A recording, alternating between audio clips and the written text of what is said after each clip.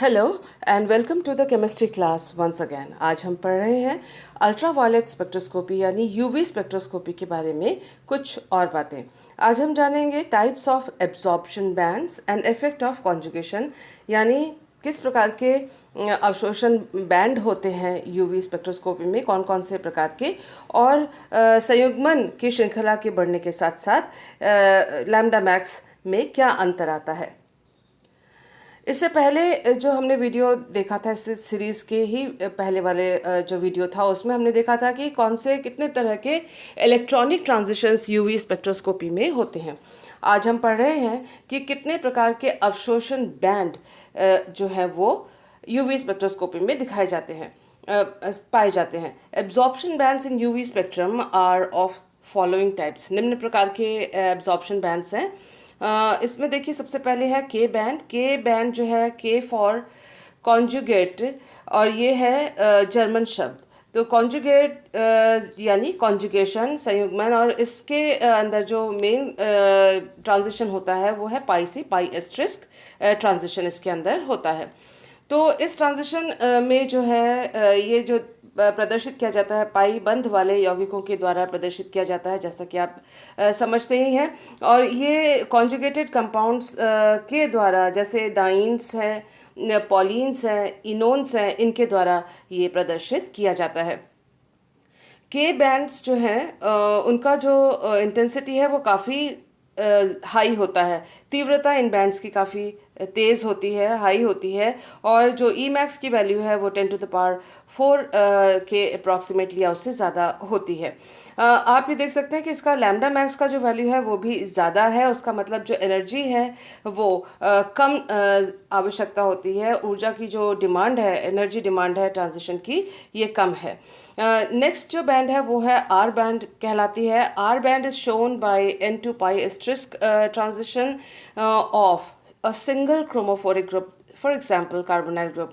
कोई भी अकेला जो क्रोमोफोर होता है, क्रोमोफोर इससे पहले आपको बताया था, जो मॉलिक्यूल का वो हिस्सा जो कि इलेक्ट्रॉनिक ट्रांजिशन प्रदर्शित करता है, एब्जॉर्प्शन प्रदर्शित करता है यूवी रेंज में, उसे क्रोमोफोर कहा जाता है। इसके बारे में जो विस्तृत जो जानकारी है और डिटेल में जो जानकारी है हम आगे पढ़ते रहेंगे। फिलहाल आप इतना जान लीजिए कि सिंगल क्रोमोफोरिक ग्रुप यानी कोई एक बड़ा सा मॉलिक्यूल है, उसमें कोई भी सिंगल अगर कोई ग्रुप है जिसमें इलेक्ट्रॉनिक ट्रांजिशन हो सकता है, जैसे C डबल बॉन्ड O में दो ट्रांजिशंस हो सकते हैं। एक तो N से पाई एस्ट्रिक्स ट्रांजिशन और दूसरा है पाई से pi asterisk transition. C double bond O में N से पाई एस्ट्रिस्क ट्रांजिशन हो सकता है, पाई एंटी बॉन्डिंग, और पाई से पाई एंटी बॉन्डिंग ट्रांजिशन भी इसके अंदर हो सकता है।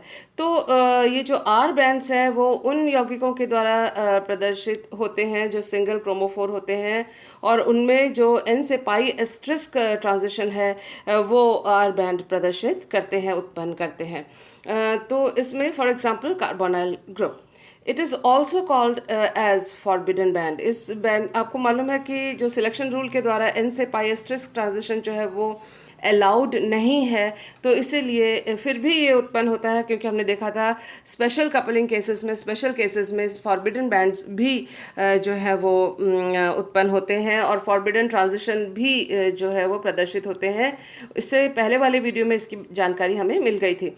तो ये जो सिलेक्शन रूल से अलाउड नहीं है, फिर भी यूवी में ट्रांजिशन ये प्रदर्शित कर रहा है, इसीलिए इस तरह के बैंड को फॉरबिडन बैंड कहा जाता है, और इस तरह के ट्रांजिशन को फॉरबिडन ट्रांजिशन कहा जाता है, यानी जो अलाउड नहीं है सिलेक्शन रूल के द्वारा ऐसा ट्रांजिशन, और उस ट्रांजिशन से उत्पन्न होने वाला बैंड। क्योंकि ये फॉरबिडन ट्रांजिशन है, फॉरबिडन बैंड है, सिलेक्शन रूल के द्वारा अलाउड नहीं है, इसीलिए लेस इंटेंस है, इसकी तीव्रता कम है।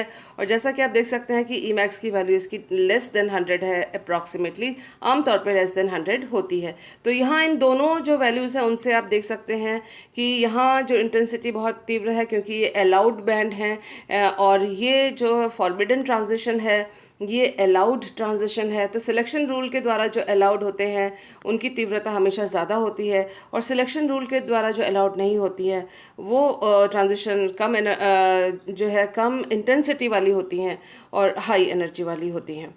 हाई एनर्जी वाली हमेशा हो ज़रूरी नहीं है, लेकिन उनकी तीव्रता कम होती है क्योंकि उनके संभव होने की जो प्रोबेबिलिटी है वो कम होती है। तो आइए देखते हैं कुछ और बैंड्स।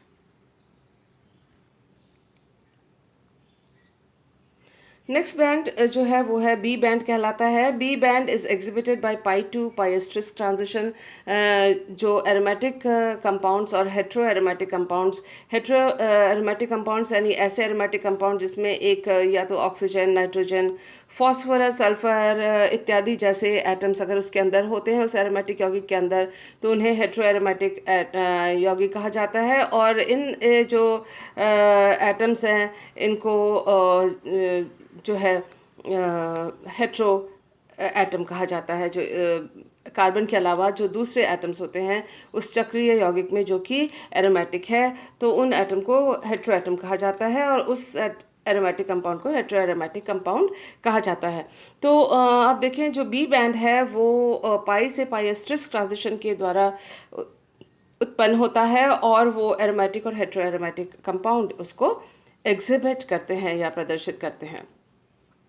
ये जो बी बैंड्स हैं वो के बैंड की तुलना में ज़्यादा लैम्डा मैक्स पे, हायर लैम्डा मैक्स पे आते हैं, यानी इनकी एनर्जी जो है वो के बैंड से कम होती है। यहाँ आप ध्यान कीजिए जो के बैंड है उसमें भी पाई से पाई एस्टरिस्क ट्रांजिशन होता है। तो बी बैंड में भी पाई से पाई एस्टरिस्क ट्रांजिशन है, के बैंड में भी पाई से पाई एस्टरिस्क ट्रांजिशन है, लेकिन जो बी बैंड है उसकी लैम्डा मैक्स ज़्यादा होती है के बैंड के तुलना में।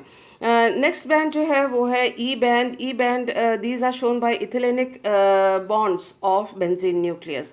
बेंजीन न्यूक्लियस के इथिलेनिक बॉन्ड के द्वारा ये ई बैंड प्रदर्शित होता है। E bands are further classified as E1 and E2 bands.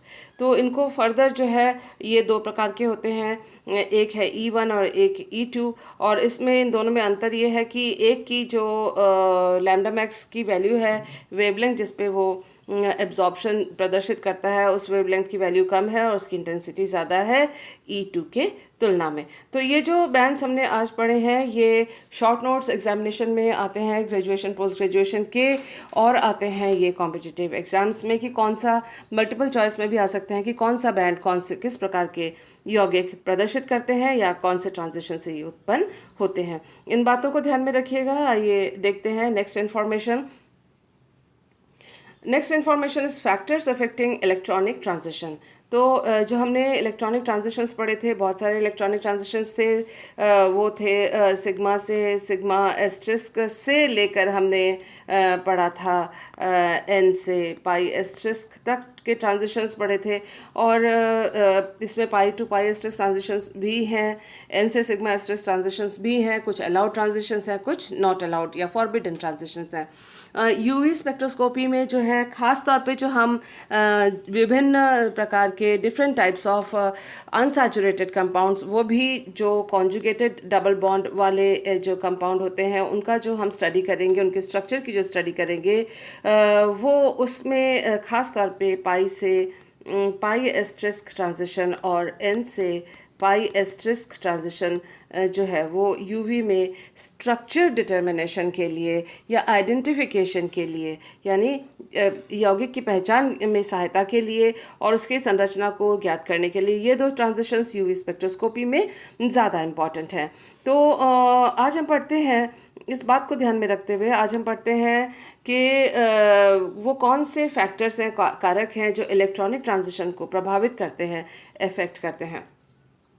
First is molecular structure. Molecular structure से इलेक्ट्रॉनिक ट्रांजिशन की एनर्जी और इंटेंसिटी जो है वो प्रभावित होती है, तभी तो डिफरेंट जो मॉलिक्यूल्स हैं उनकी जो लैम्डा मैक्स की वैल्यू, ई मैक्स की वैल्यू डिफरेंट होती है और उससे उनकी पहचान की जा सकती है।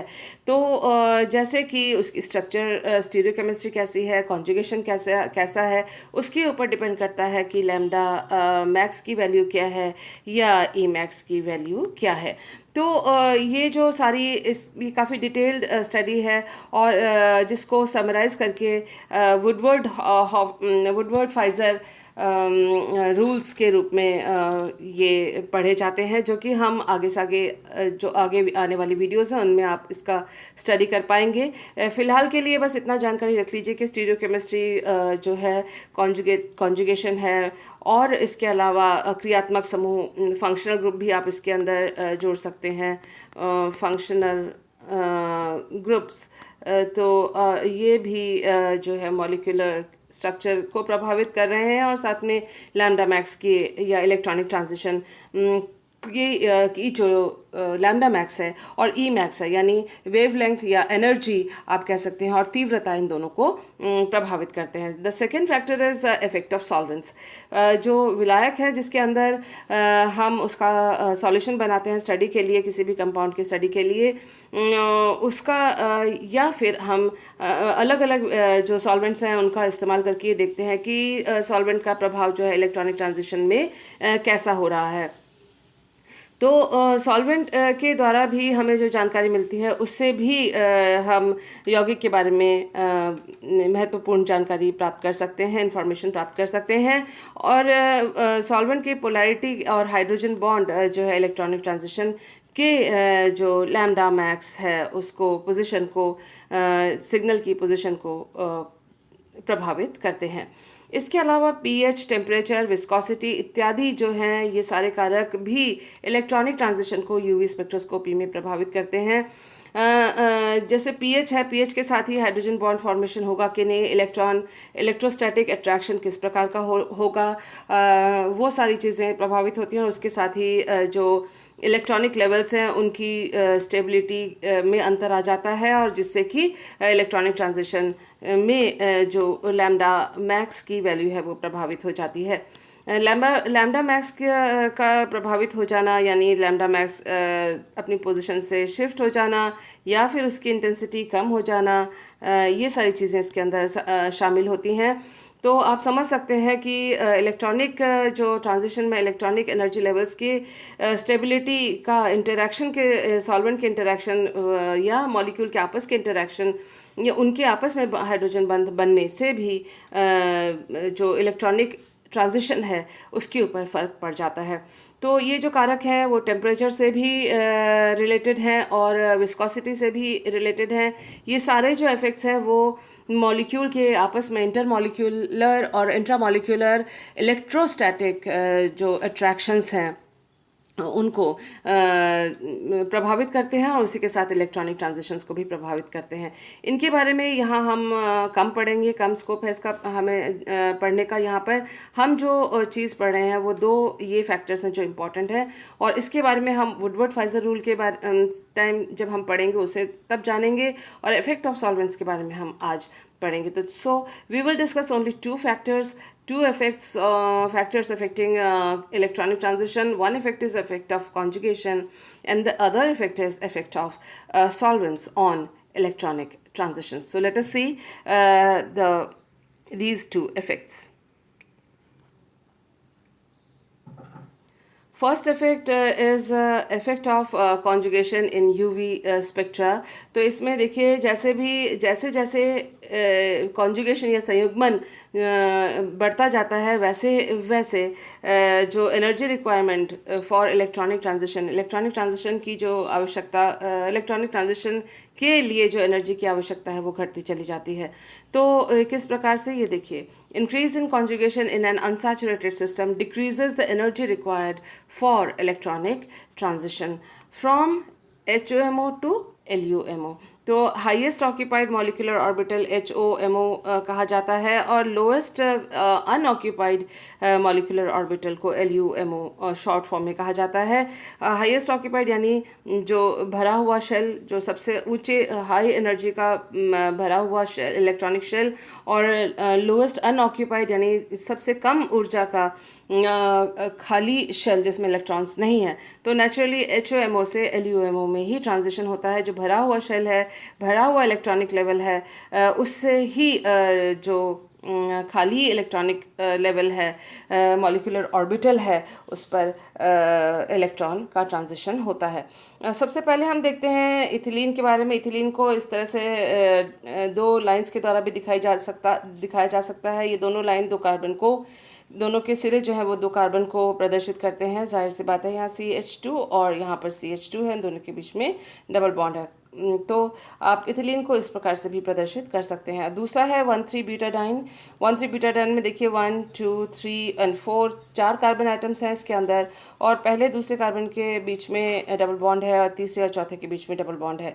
तो इस तरह से 1,3 बीटाडाइन को हमने प्रदर्शित किया। एनर्जी जो है यहाँ से यहाँ इंक्रीज हो रही है नीचे से ऊपर तक, और जो इथिलीन है इसके दो मॉलिक्यूलर ऑर्बिटल हैं, और आप देख सकते हैं कि दो कार्बन आइटम हैं और प्रत्येक कार्बन एक पी ऑर्बिटल दे रहा है और दो पी ऑर्बिटल का एक पाई बॉन्ड बन रहा है। तो ये जो पाई बॉन्ड है वो एक पाई बॉन्डिंग दो एटॉमिक ऑर्बिटल को मिलाया तो दो मॉलिक्यूलर ऑर्बिटल हमको मिले, और दो मॉलिक्यूलर ऑर्बिटल दो एटॉमिक ऑर्बिटल से प्राप्त होते हैं। और देखिए जो दो मॉलिक्यूलर ऑर्बिटल हैं, एक है पाई बॉन्डिंग और एक है पाई एंटी बॉन्डिंग। मॉलिक्यूलर ऑर्बिटल है इसलिए उनको Chi1 और Chi2 से यहाँ पर प्रदर्शित किया गया है, और आप देख सकते हैं कि ये HOMO है और ये LUMO है। LUMO है तो यहाँ पर जो है कोई इलेक्ट्रॉन नहीं है और इससे ऊंचा कोई दूसरा इलेक्ट्रॉनिक लेवल है भी नहीं, तो यही LUMO है। और HOMO ये जो भरा हुआ है, तो ट्रांजिशन होगा यहाँ से यहाँ तक भरे हुए मॉलिक्यूलर ऑर्बिटल से एम्प्टी मॉलिक्यूलर ऑर्बिटल पर ऑर्बिटल तक। तो अगर ये देखिए मॉलिक्यूलर ऑर्बिटल्स को एक बार आप समझ लीजिए कि जहाँ दो पी ऑर्बिटल्स थे, दोनों इसके ऊपर थे, दोनों कार्बन एटम्स के ऊपर, दोनों आपस में ओवरलैप हुए तो ये दो ऑर्बिटल्स बने, और वेव फंक्शन के हिसाब से इनका साइन है प्लस और माइनस, और ये लो एनर्जी ऑर्बिटल है। यहाँ आप देखिए कि ये प्लस और ये माइनस इसलिए आया है कि क्योंकि यहाँ पर जो ऑर्बिटल्स थे, जो पी ऑर्बिटल्स एक दूसरे के पैरेलल थे, तो दोनों का जो प्लस साइन वाला जो लोब है वो एक दूसरे के ओर था और माइनस साइन वाला लोब एक दूसरे की तरफ था, तो इसलिए इन दोनों का ओवरलैप हुआ आसानी से, और जिससे हमें इस प्रकार का जो मॉलिक्यूलर ऑर्बिटल है जिसमें इलेक्ट्रॉन्स जो हैं दोनों इन दोनों न्यूक्लियस के बीच में उपस्थित हैं, प्रेजेंट हैं, वो बने। अब देखिए कि जो हाई एनर्जी मॉलिक्यूलर ऑर्बिटल है जो कि एंटी बॉन्डिंग है, एंटी बॉन्डिंग में ओवरलैपिंग नहीं होती है, ओवरलैपिंग नहीं होती क्योंकि जो प्लस साइन वाला ऑर्बिटल और माइनस साइन वाला ऑर्बिटल दोनों एक तरफ हैं, इसलिए इनके बीच में ओवरलैपिंग नहीं हो पा रही है, इसलिए इस प्रकार का जो दिखने वाला मॉलिक्यूलर ऑर्बिटल यहाँ पर नहीं बनेगा। सिंपली आप देखिए कि एक जो पी ऑर्बिटल है उसका एक लोब का साइन माइनस है, एक लोब का साइन प्लस है। यहाँ भी देखिए एक का साइन प्लस है और एक का माइनस है। तो जब प्लस और माइनस एक साइड में होते हैं तो उनका ओवरलैप नहीं होता है, वो हाई एनर्जी ऑर्बिटल होते हैं और वो एंटी बॉन्डिंग होते हैं। तो आप देख सकते हैं कि जो इलेक्ट्रॉन्स हैं वो इलेक्ट्रॉन्स यहाँ पर नहीं है, और यही इसका नोडल प्लेन है जहाँ पर इलेक्ट्रॉन्स की जो उपलब्धता, अगर इन दोनों नाभिक के बीच में अगर शून्य है या ज़ीरो है, प्रोबेबिलिटी ऑफ फाइंडिंग इलेक्ट्रॉन यहाँ पर ज़ीरो है, there is no probability of finding electron here, तो उस जो प्लेन है उस तल को हम नोडल प्लेन कहते हैं, और जिसको इस तरह से डॉटेड लाइन से यहाँ पर प्रदर्शित किया हुआ है। ये देखिए नोडल प्लेन। तो जब ट्रांजिशन होगा इलेक्ट्रॉनिक ट्रांजिशन, तो ये पाई से पाई एस्टेरिस्क होगा, और ये जो आप मान सकते हैं कि सपोज कीजिए इतना जो एनर्जी है वो ज़रूरत होती है HOMO से LUMO तक जाने के लिए। अब देखते हैं जब कॉन्जुगेशन हो जाता है तो क्या होता है। एक कॉन्जुगेशन हो गया तो इसमें आप देख सकते हैं कि एक और कॉन्जुगेशन संयुग्मित बनने के लिए एक और डबल बॉन्ड चाहिए, एक और डबल बॉन्ड के लिए दो और कार्बन चाहिए, तो टोटल 4 कार्बन चाहिए अगर संयुग्मित द्विबंध बने। सबसे छोटा वाला सिस्टम संयुग्मित द्विबंध का 4 कार्बन एटम का होता है। 4 कार्बन यानी प्रत्येक कार्बन ने एक एक पी ऑर्बिटल अपना दिया हुआ होता है, और तब जाके 4 एटॉमिक ऑर्बिटल से इस प्रकार से हमें जो आप देख सकते हैं कि 1 2 3 4 4 मॉलिक्यूलर ऑर्बिटल प्राप्त होते हैं। यहाँ 2 एटॉमिक ऑर्बिटल्स थे तो 2 मॉलिक्यूलर ऑर्बिटल हमें प्राप्त हुए।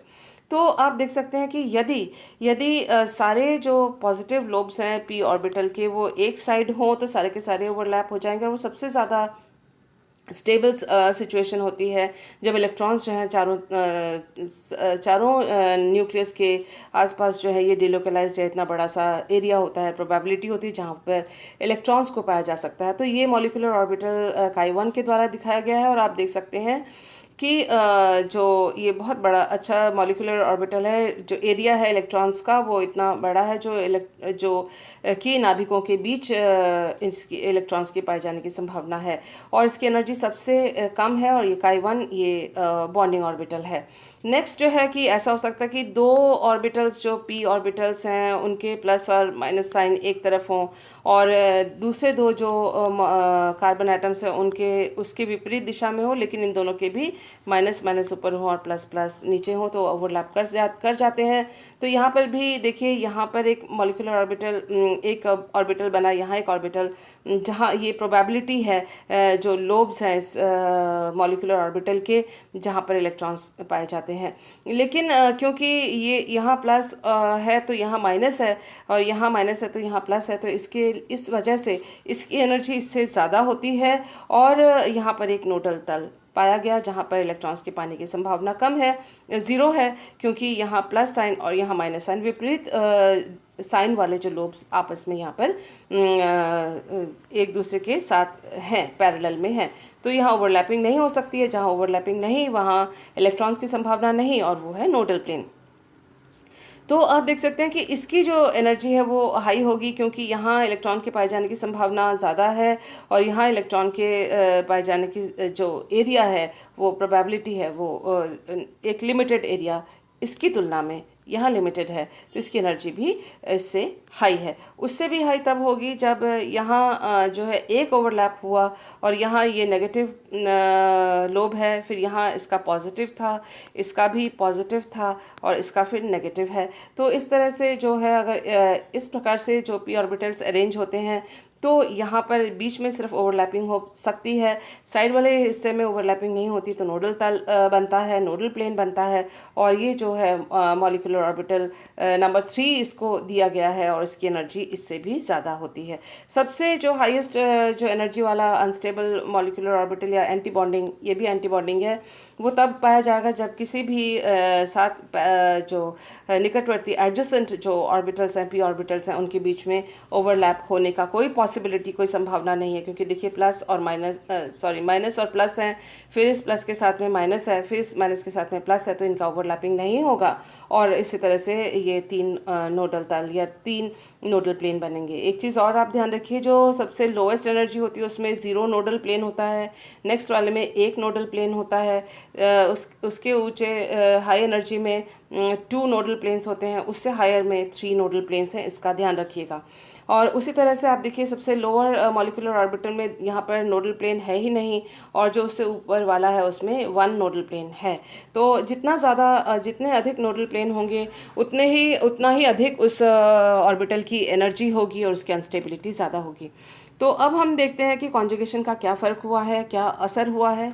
इफेक्ट ऑफ कॉन्जुगेशन इज, आप देख सकते हैं कि ये जो मॉलिक्यूलर ऑर्बिटल हैं, तो इसमें 4 p ऑर्बिटल्स थे, तो प्रत्येक p ऑर्बिटल ने एक एक इलेक्ट्रॉन दिया था, तो 4 इलेक्ट्रॉन्स 1-2 इलेक्ट्रॉन्स जो है मॉलिक्यूलर ऑर्बिटल नंबर 1 में बॉन्डिंग में गए हैं, और ये नंबर 2 में 2 और इलेक्ट्रॉन्स चले गए हैं, तो ये दोनों भर गए हैं। This is HOMO। यहाँ पर 2 कार्बन एटम्स थे, तो 2 कार्बन एटम्स के 2 p ऑर्बिटल्स, और प्रत्येक p ऑर्बिटल का एक एक इलेक्ट्रॉन था, तो 2 इलेक्ट्रॉन्स यहाँ थे, और उसी प्रकार से यहाँ के 4 इलेक्ट्रॉन्स जो हैं वो इस तरह से अरेंज हो गए। अब इसमें LUMO जो है ये हो गया Chi3, और इसके साथ आप देख सकते हैं कि ट्रांजिशन HOMO से LUMO में होगा, और इस ऊर्जा की जो मात्रा है वो इस ऊर्जा के तुलना में कम है। तो जैसे जैसे कॉन्जुगेशन बढ़ता जाएगा, संयुग्मन बढ़ता जाएगा, तो HOMO और LUMO के बीच की दूरी जो है कम होती जाएगी, और दूसरे शब्दों में आप कह सकते हैं कि जो एनर्जी की मात्रा कॉन्जुगेशन के साथ घटती जाएगी, मतलब उस एनर्जी की मात्रा जो कि ट्रांजिशन के लिए, संक्रमण के लिए आवश्यक है, transition from lower state to upper state, या फिर HOMO टू LUMO। तो जैसे जैसे कॉन्जुगेशन बढ़ रहा है अनसैचुरेटेड सिस्टम में, तो वो decrease in the energy required for electronic transition. तो वैसे वैसे यहाँ पर कोई संयुग्मन नहीं था, यहाँ एक संयुग्मन है, तो एनर्जी जो है इस इलेक्ट्रॉनिक ट्रांजिशन के लिए कम ज़रूरत है, क्योंकि ट्रांजिशन इसके अंदर है और यहाँ ट्रांजिशन नहीं है। आइए देखते हैं कुछ और इसका स्टडी। यहाँ देखें कि pi to pi energy, pi asterisk energies of some conjugated systems. तो यूवी में हम इसको इम्पोर्टेंस देते हैं, तो उसी को पढ़ रहे हैं। इस ट्रांजिशन से ही हमें यूवी में बहुत इंपॉर्टेंट जानकारियाँ मिलती हैं। आप देख सकते हैं कि यहाँ इथिलीन है और ये HOMO है, और जितने भी ये पाई और ये जो अपर वाले हैं सारे ये पाई एस्ट्रिस्क है, और ये सारे जो टॉप मोस्ट है ये HOMO है, और जो यहाँ पर इस रेड लाइन के ऊपर जो ये है LUMO LUMO LUMO और ये LUMO है। तो आप देख सकते हैं जैसे जैसे हम कॉन्जुगेशन की मात्रा बढ़ाते चले जा रहे हैं वैसे वैसे HOMO और LUMO, HOMO LUMO, और यहाँ देख सकते हैं ज़्यादा कॉन्जुगेशन है HOMO LUMO। तो वैसे वैसे जैसे जैसे कॉन्जुगेशन बढ़ता चला जा रहा है तो HOMO LUMO के बीच की दूरी जो है वो घटती चली जा रही है। As the number of conjugated bonds increases the energy required for pi to pi asterisk transitions decrease, energy required decrease हो जाती है, यानी लैम्डा मैक्स का वैल्यू बढ़ता चला जाता है। This is an important diagram इस अपने क्वेश्चन के लिए या नोट्स बनाने के लिए इसको अपने माइंड में रखिएगा, ध्यान में रखिएगा। सो आई होप कि आज आपको जो इन्फॉर्मेशन दी गई है वो समझ में आई है। नेक्स्ट जो हमारा जो वीडियो होगा वो इफेक्ट ऑफ सॉल्वेंट के ऊपर होगा। तो keep studying and thank you for being with me.